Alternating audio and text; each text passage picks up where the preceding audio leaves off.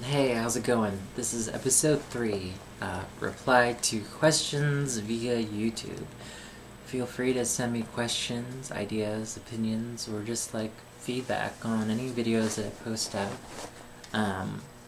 I am happy to answer with whatever knowledge or experiences I have. And granted, please remember that I am not the standard with which any of these answers should be based upon.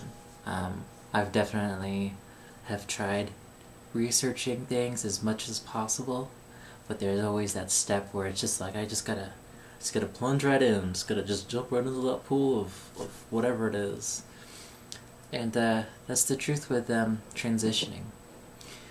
There's a lot of uncertainty out there, even if transitioning has been around for decades. It still lacks the central nexus of research that should be going towards it. And granted, there are doctors that are definitely doing a stellar job with recording information, researching, going to conferences, but there's a lot more involved.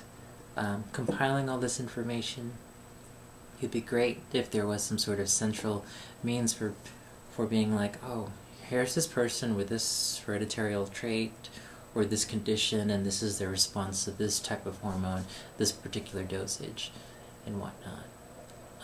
But in the meantime, as we continue to put pressure and continue rallying for more awareness in terms of transitioning and hormone therapy and transgender healthcare, it's really important to share whatever knowledge with each other. And so, one question I had from one of my viewers, YouTube users, was in regards to where I get hormones and where can they get hormones. And this is going to be a multi-tiered answer. It's a pretty big question, and it can't be answered very quickly, but I will say that for me, I get my hormones through a clinic in my town, which required me to show up early in the morning because they only take a few new patients every single day. Some days they won't even take any patients because they've reached their max. And this clinic is free, which is excellent. More than excellent. The care is excellent as well. The way people treat me is nice. And from my therapist to my doctor, they're all absolutely kind. So I really lucked out. One of my earlier videos talked about my actual trip down to the clinic at like 4 in the morning, and I basically had to take a leap of faith and just say, I'm gonna go up there at 4 in the morning and be really tired. And it just turned out to be the worst morning to do it, ever. And the pressure for me to do it was because it was the last time that they were taking patients for that year, and they wouldn't be taking any new patients until February. And so I was like, well, I don't want to wait anymore. I've been waiting, I've been putting it off, I've been questioning. And even if I don't decide to do hormone therapy, I could at least just make sure that the first part of the legwork got done. And so after a few months of consultation and finally receiving care and being taken in, I was approved for hormone therapy. And there were certain aspects that were taken into consideration, and I'd like to get more in depth about that. And because it's more of a political topic, it's more of a it's a topic that I feel like it's so huge. I could spend hours talking about it, and I want to give it its proper time to talk about and to develop. But in the meantime, after the few months of that, I started off on testosterone blockers, and then afterwards I moved on to estrogen.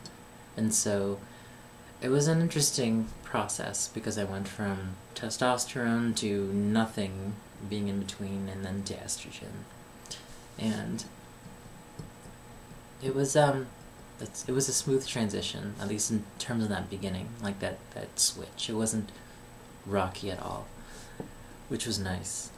And I'm not sure if I could have done that on my own. I know that folks go through the internet or look for hormones through, basically any dealer who has them. And I will recommend that you choose not to do that.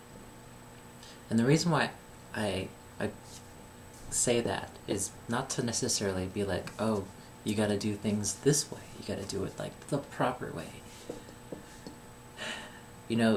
It's really hard to say what the proper way is when trans folks are at a disadvantage for wanting something that requires a high degree of immediacy, but not the same response, not a response that doesn't necessarily meet that level of immediacy.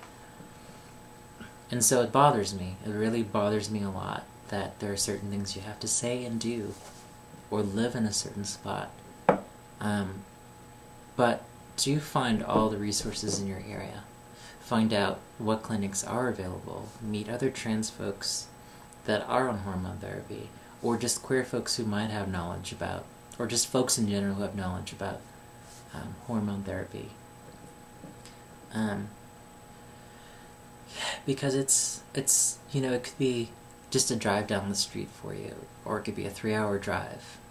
It could mean it's just not available at all. And in those situations, I'm really, really sorry that that's the case.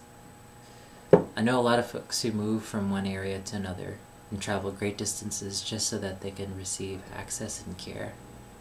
Because it is true that, I honestly believe firmly that you should not pursue hormone therapy without some medical care. Because there's certain aspects that go into play. It's not just being like, well, I'm just going to play it safe and take the lowest dosage possible of testosterone.